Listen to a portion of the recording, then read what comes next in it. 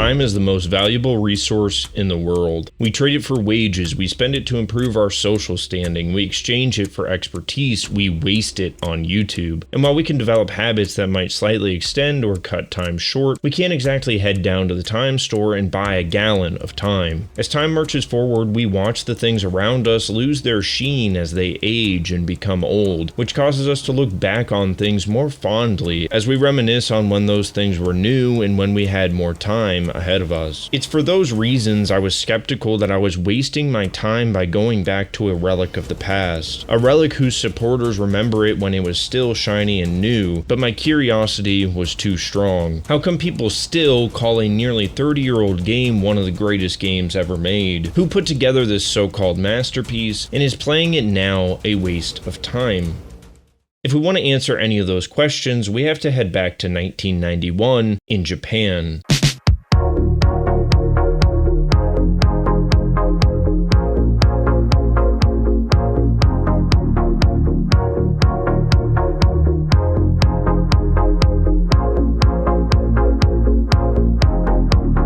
The SNES has been out for a year. Classics like Super Castlevania 4, Final Fantasy 4, Sonic on the Genesis, Final Fight, F-Zero, A Link to the Past, Street Fighter 2, and Duke Nukem, no not that one, are dropping throughout the year. It's in this context that we find three men who have an idea for an RPG that would take advantage of this new hardware. An RPG where players would travel through time with their actions impacting the world. Sadly, like most great ideas, life and work got in the way, causing the men to leave the idea on the shelf for another day. By 1993, another day had arrived. By miracles and a certain tenacious producer, everybody's schedules would line up. The once three-man idea ballooned into a more than 50-man production. The ideas and the expectations for the project grew as well. No longer was it just some new RPG. Maybe it was going to be the next Final Fantasy game. Maybe it was going to be a new installment in the Mana series. No one was really sure what they were looking at, but everybody knew that they were going to witness something very special. The three original founders of the idea were legends, and during the team's expansion, the project picked up two more legends, making a five-man dream team at the core of this new project. But who exactly are these dudes, and why are they so important?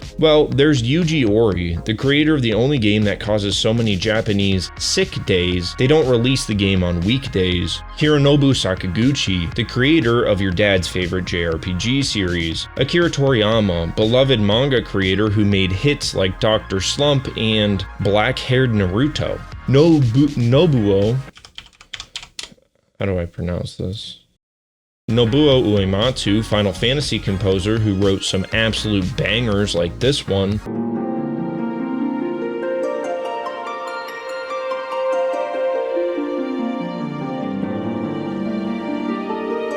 And Kazuhiko Aoki, Final Fantasy battle designer and the aforementioned producer who was responsible for bringing this whole team together. Generally, this five-man dream team tends to get all of the praise for Chrono Trigger, but not on this channel, because there was another 45 to 50 person team that was absolutely stuffed to the brim, and without those guys, Chrono Trigger would never exist. We have huge talents like the director of Final Fantasy 6, 7, and 8, director of cult classics like Live Alive and Parasite Eve, future Xenoseries composers, directors, and designers, and that's just some of the names on this list. Whatever the Dungeon family has been for Southern hip-hop, Chrono Trigger has been for JRPGs. Some of the most influential and iconic names in the space can draw their roots back to this game. For some perspective, seeing guys like Yuji Ori and Akira Toriyama working on a Square project in the mid-1990s is kinda crazy. I'm sure most of you are too young to even remember, but at some point Square and Enix were separate entities,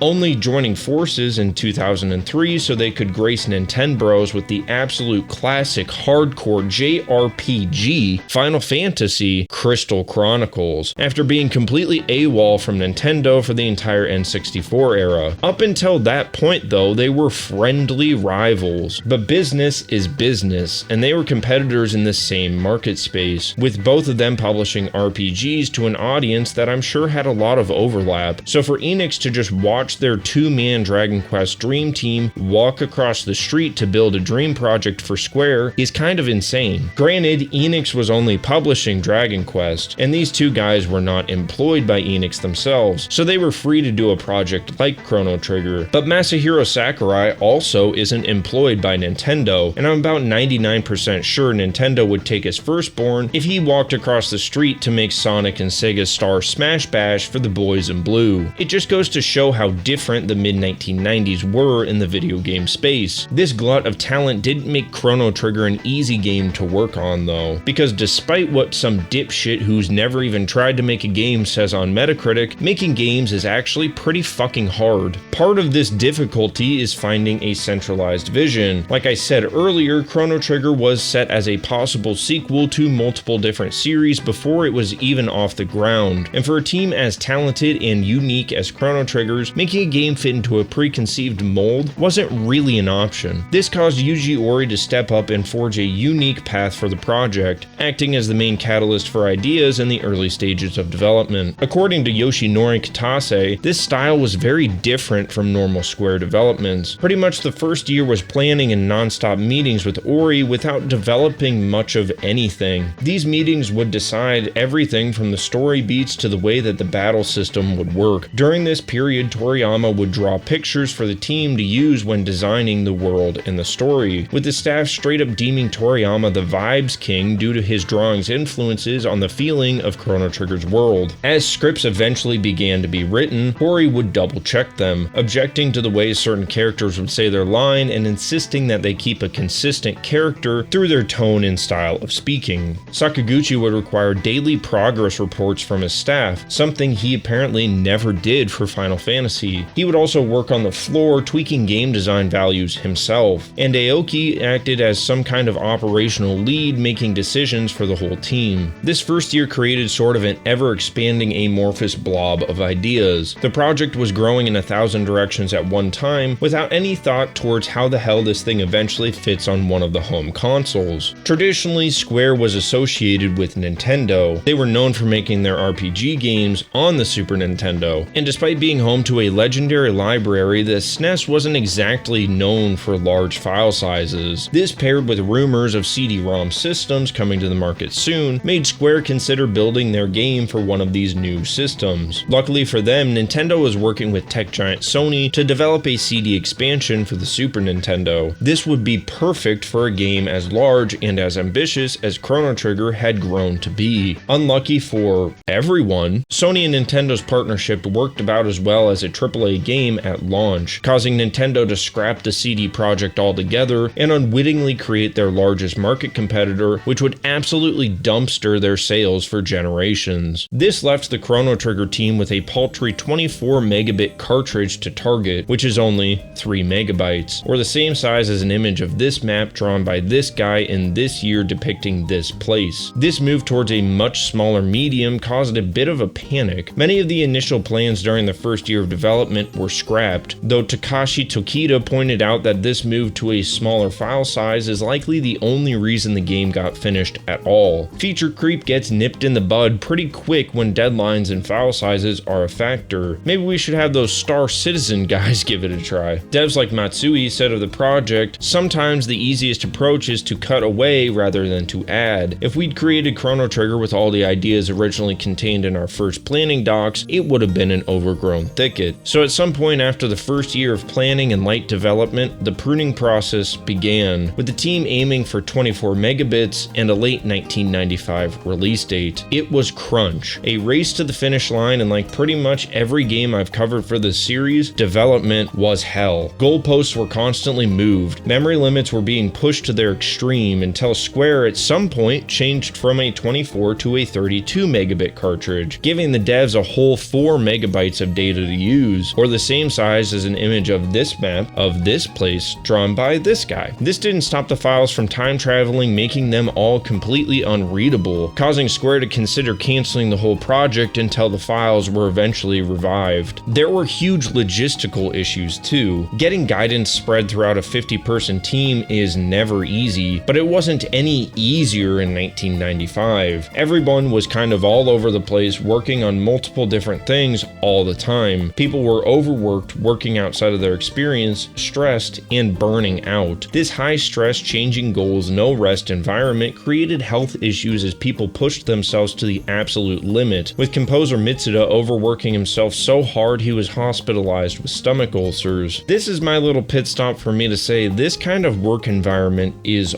awful. Even if the final result is what many hold as one of the greatest games ever made, I don't think I can say that this sort of thing is worth it. In hindsight, it's extremely easy to say it's worth it. I mean, it's fucking Chrono Trigger, come on. But for every single game made this way that turns out to be an absolute classic, there's 100 others that had people putting themselves into unhealthy situations for some shit like fucking Booger Man. I'm all for staying on that quadrillionaire grind set, but you need to set some limits. No one's dreams have ever come true from a 24x80 cubicle. Despite this hellish crunch, the game came out in 1995 and was a success by every single metric. The game was a perfect encapsulation of everything Square had learned on the Super Nintendo. Hints of Final Fantasy, Secret of Mana, and Enix's Dragon Quest came together to make something truly unique. Fans were incredibly hyped before release, and if reviews are anything to go by, they loved the final product. US GamePro gave it a perfect score, saying it's a worthy RPG for fans who crave more after Final Fantasy VI.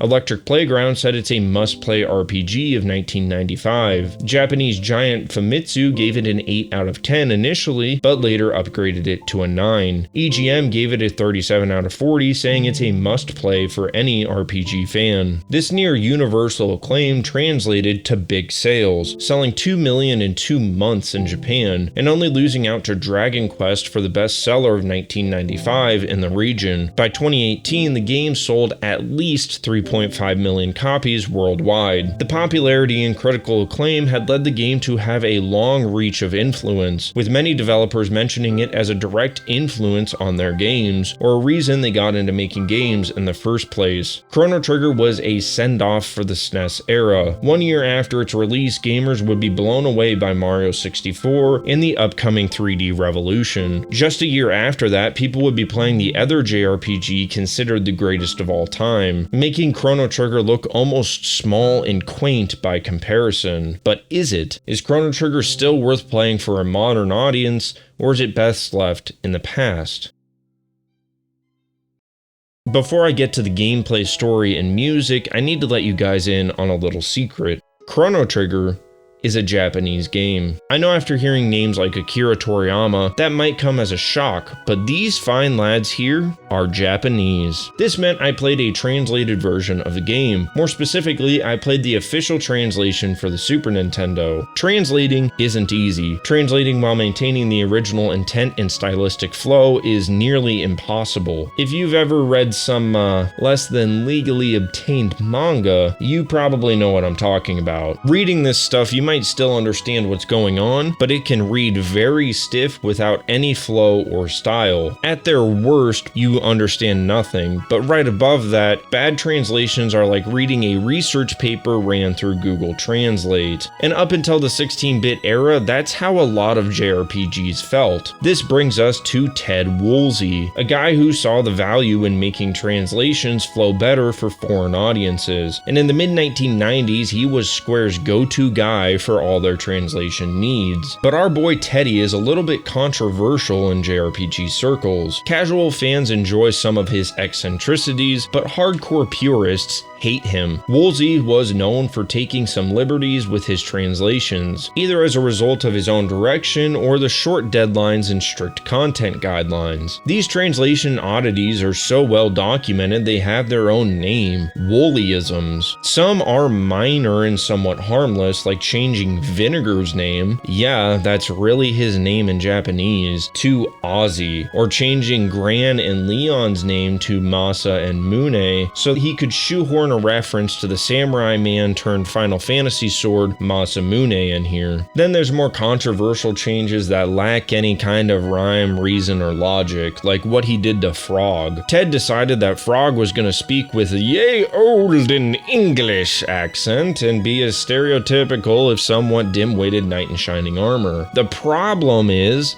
That's not an accurate depiction of the character, who was originally a normal talking, straight shooting, no nonsense kind of knight. I personally prefer Teddy's version because he stands out for more than just being a bouncy boy with a sword, and if I'm being honest, I think it's pretty funny. I can see how this could bother some other people though. Luckily, if you want a more accurate translation, there are fan translations that are much closer to the original Japanese text, and Square has since updated Chrono Trigger's script in the re-releases. To be clear, I played the Super Nintendo version because I think the game looks disgusting in widescreen on Steam, and I didn't know about any of this translation stuff beforehand, otherwise I probably would have picked a different translation. I also didn't dislike Ted's translation. It's impressive that it makes any sense considering he only had a couple months and very little input or aid from Square, but if you are looking for cracks, you can find plenty of them. Maybe someday in the future I'll play a more accurate translation, but this time I was riding with Teddy. Caveat out of the way, is the story of Chrono Trigger any good? It's just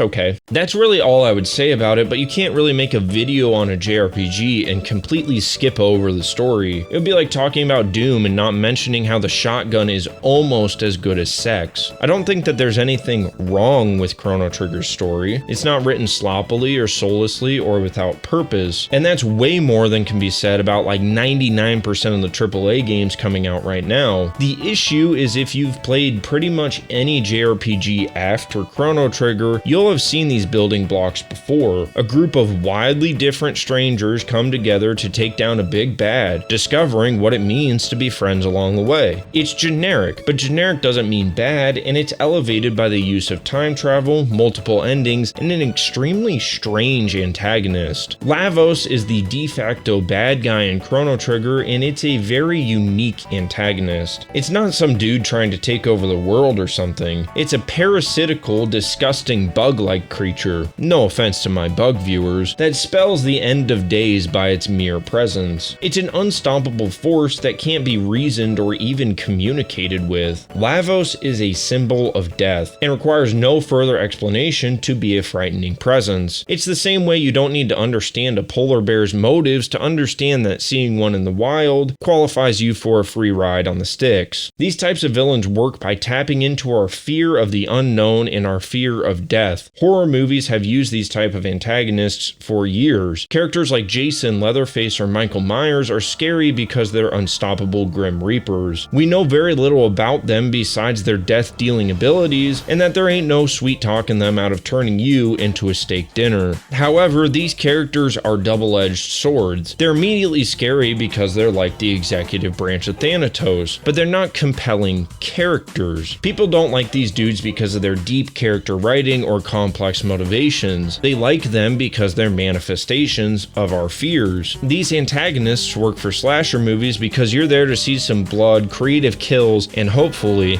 a little titty. But this type of antagonist works far less for a 24-hour RPG. There's another key difference between these guys and Lavos. These guys are sentient and they know what they're doing. Lavos, on the other hand, I don't know that it does. There's some evidence that it could be sentient, with cults springing up that can presumably communicate with him, and these cults are illustrated as villains in the story, but Lavos itself never says anything. He's no more evil than hurricanes, tornadoes, or diseases. Those are bad things, but they are things. They have no intention, so they can't be evil things. This leaves Chrono Trigger without a real centralized villain, instead swapping it out for a true antagonist. It's an interesting and pretty brave choice for a game like this, but one that didn't really work for me. I just didn't find Lavos that compelling or intimidating, and without characterization, there's nothing to latch onto about him. Not every game needs a centralized villain, but in a game so steeped in shonen-type storytelling, the lack of one is pretty missed. The lack of one also means that we have to deal with a lot of other smaller villains that don't really leave a bigger impact, and some of them are just used for comedic effects. However, when people praise Chrono Trigger's story, I don't think they're talking about Lavos. I think they're talking about all the side stories that you experience, which wind up creating overarching themes and a larger narrative. Luca and her mom, Merle and her father. Yeah, I'm pronouncing it like Merle Haggard. I'm sure the comments are gonna love how I pronounce everything in this video.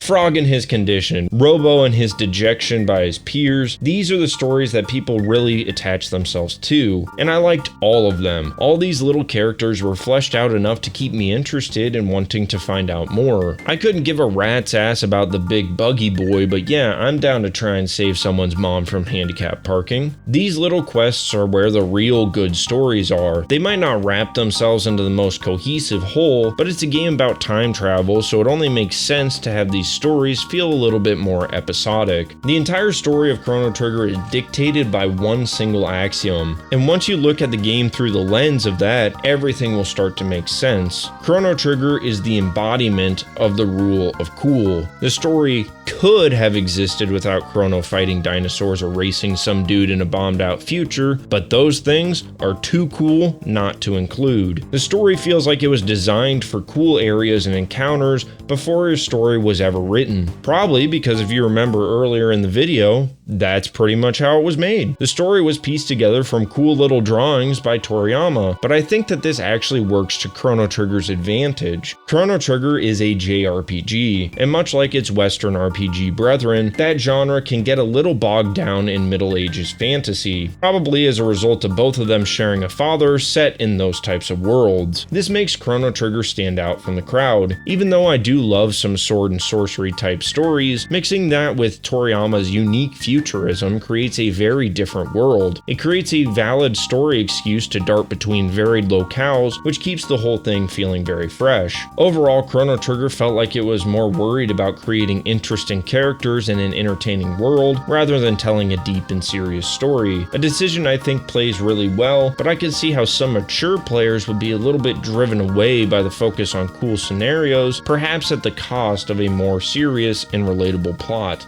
The only other thing worth mentioning about the story is New Game Plus. Chrono Trigger might be the first game to ever call a game mode New Game Plus, so you FromSoft boys better be showing some respect for the OG right now. New Game Plus is how most people are going to access one of the 12 different endings, or 13 if you're playing a newer version. I can only imagine how mind-blowing this type of thing was in 1995. Despite being a fairly short RPG, there's a lot of side story activities in Chrono Trigger. Add the multiple endings to the equation and you have a game that has significantly more story content for those that want it. Some of the stuff is better than others. Building a forest isn't narratively satisfying, but it gets some good gear and changes the world, which is pretty cool. Look, we can't all be as cool as the ending where you get to meet the developers of the game, alright? Since this stuff is optional, it's kind of hard to critique from a gameplay or writing perspective, but I'm going to critique the ending specifically just a little bit. I question how worth it many of these endings are in 2023. Most of them are likely going to require using a guide to find them in the first place, which if you use YouTube for guides instead of the superior GigaChat option GameFAQs, then you'll just see the content that you're working to unlock, which what's the point of unlocking it then? There isn't enough there for me personally to validate playing through the game another 12 times to see what can amount to just a few changed lines. I think they're cool, and this system no doubt influenced a lot of other games to include branching pathways, but this iteration just doesn't do a whole lot for me. Overall, the story is okay. Its biggest strength is that it's a consistent vehicle for new places and scenarios, which keeps the gameplay fresh. I just never found myself as entranced with the story as I was with the gameplay. The gameplay of Chrono Trigger surprised me. For being a mid-90s JRPG, it's missing a lot of the staples prevalent in those games. No random battles, no brain-dead battle system, no grinding, and not a lot of cryptic bullshit put there just to sell a strategy guide. Instead, it has fantastic pacing, lots of side content, very easy to follow progression, and a battle system I found enjoyable all the way through. This made Chrono Trigger a breeze to play for me, and the removal of some of the more negative aspects makes it feel significantly ahead of its time. Getting rid of random battles is an easy example to point to. To be fair, it wasn't the only SNES RPG that didn't send your party to the Battle Realm. every couple of steps, but it was one of only a few to not do that. Games like Earthbound didn't have random battles either, but this type of system was not the norm in 1995. Hell, it wasn't the mainstream norm for pretty much the next decade. Your dad's favorite JRPG series had random encounters until Final Fantasy XI got rid of them in 2002, making Final Fantasy XII in 2006 the first single-player entry in the series without random battles. Meanwhile, Pop's favorite JRPG was still rocking random encounters until Barry O was hanging out in Corey's house, finally dropping them with Dragon Quest IX in 2009. I don't hate random battles. If I did, it would make it really hard for me to be an old-school Dragon Quest simp, but random battles do tend to drag pacing down and make exploring the open world much more tedious. Also, the lack of a battle realm keeps the gameplay grounded in a very specific place and makes the battles feel much more natural. Battles start whenever and wherever Chrono and the crew roll up on some bitches with murderous intent. These two things are pretty much taken for granted now, but in 1995 were pretty innovative. This stuff is really just kinda pizzazz though. Without a good underlying battle system, where battles start or how they look is pretty irrelevant. Luckily, Chrono Trigger has a battle system that's easy to pick up and understand without being boring to use. At its core, it's simple. Each time a character can act, there's 4 options. You can hit run away by hitting L or R, which I didn't know until the end of the game because I never went up here and talked to this guy. You can attack, which is just a normal boring attack. You can use an item, or you can use techs, which are pretty much magic. And before you lore bros start reeing, I know not every tech is canonically magic. It's just similar to magic systems mechanically. This battle system starts showing its unique strengths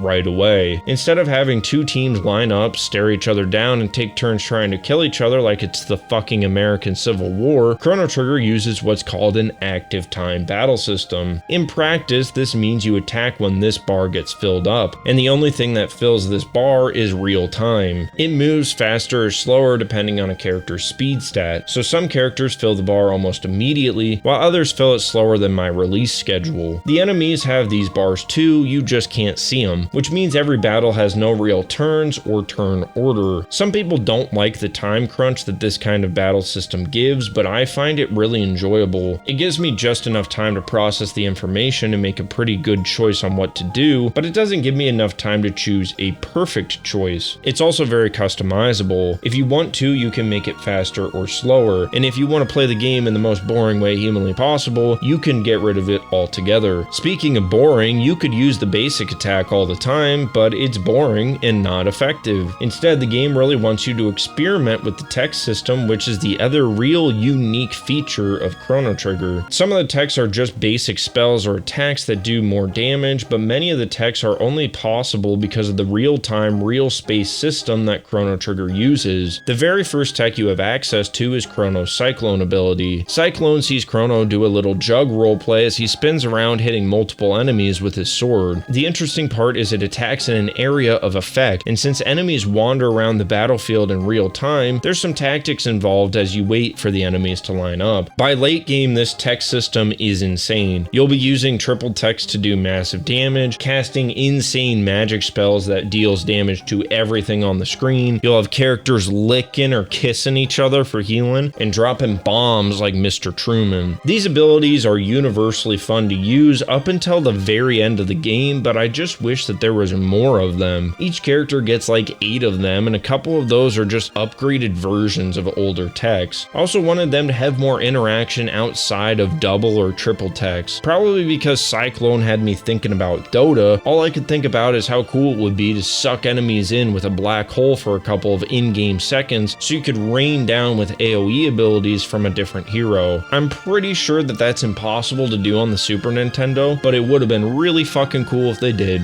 You know what else is really fucking cool? This game has XP share. You can leave Robo on the bench like a soulless, lifeless robot like him deserves, and he'll still keep pace with everyone else's levels. The only downside is he won't get TP points, which are required to unlock techs. So you might need to do a little grinding for techs if you want one of the better attacks, but I really doubt that you'll need to. Most of my playtime I was jumping between different teams depending on what kind of setup setup I needed, so they were pretty much all kitted out with the best techs by the end of the game. The aforementioned double and triple techs also really solidify an identity for each team combination. Chrono, Merle, and Robo are a team all about healing each other and cheating death with a triple tech which automatically revives themselves. Chrono, Frog, and Ayla are a team all about huge single target damage with a triple tech that is an expanded version of Frog and Chrono's double tech. Seeing these triple techs is like a little reward for using the team a lot, and it feels good. It can also make New Game Plus feel fresh if you decide to try out a new team setup. Where all these systems really come together is the boss battles. These dudes will test your stats, gear and party choices, decision making, and pattern recognition. They're not impossibly hard, but they are significantly more involved than normal enemies. If you choose the wrong ability at the wrong time in a boss battle, you're gonna be heading back to the lobby.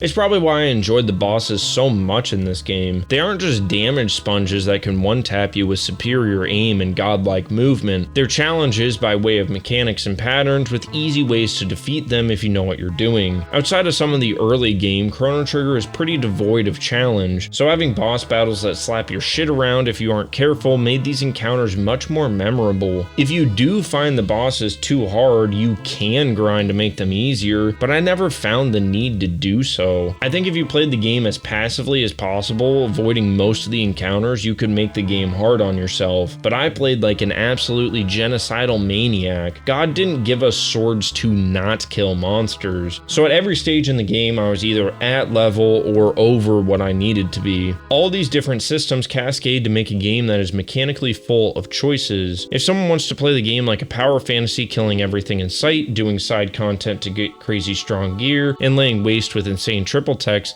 they can. If someone wants to put their genitals in a vice and crank that baby closed, they can do that too. They can underlevel themselves, purposely use subpar attacks, and pick weird team combinations. The game might not be long, but it's dense and it feels alive. Doing things in different time periods and affecting other time periods, being punished for actions you made when you thought no one was watching, discovering overpowered gear or hidden bosses. The world of Chrono Trigger still holds fun and adventure nearly 30 years after its release.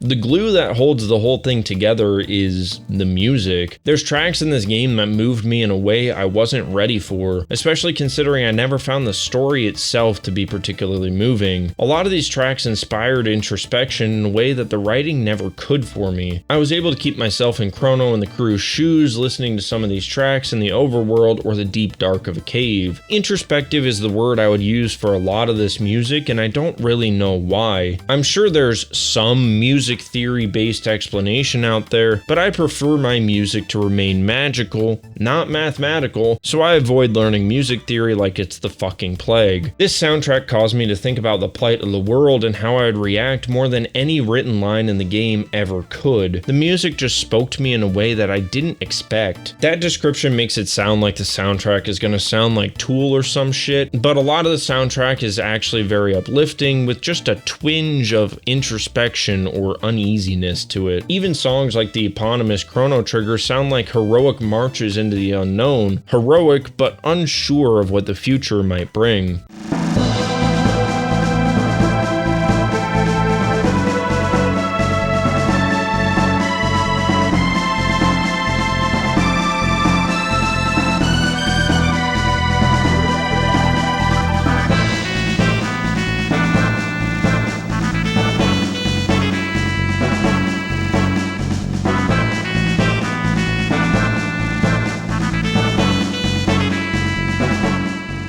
My favorite track was the wind scene. Taking on the overworld, the first time I heard this song came on was when Chrono Trigger really came together for me. It solidified how special of a game Chrono Trigger really is.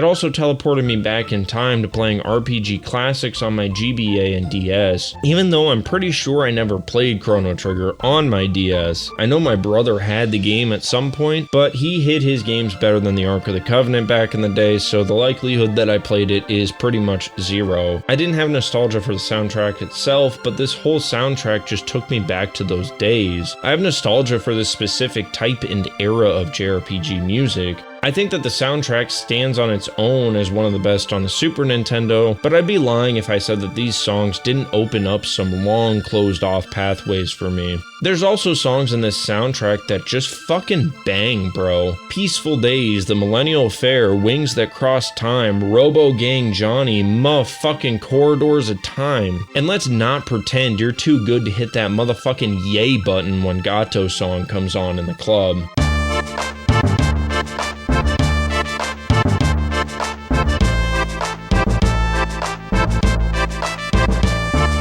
That's not even including the battle music. Every single one of these battle tracks is fantastic. Battle 1 has that bass riff that makes you feel like a badass. When this is on, losing just isn't an option.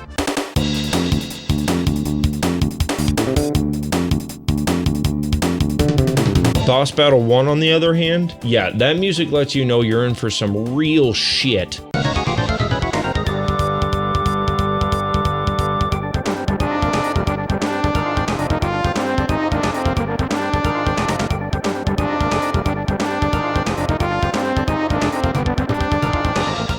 Boss Battle 2, I hope you packed some revives because you're about to get wiped like an Epstein flight log.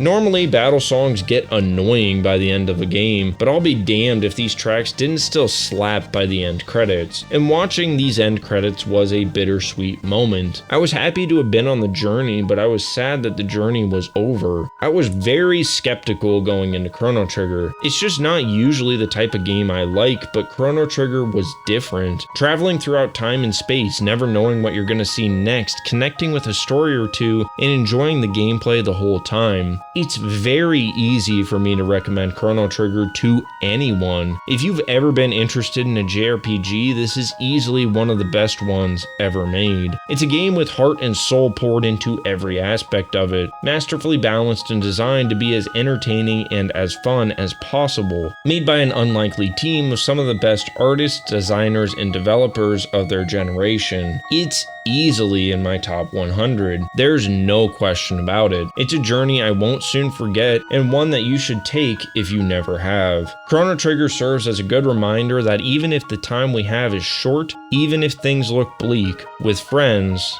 better times are ahead of us. That's right, we're Japanese.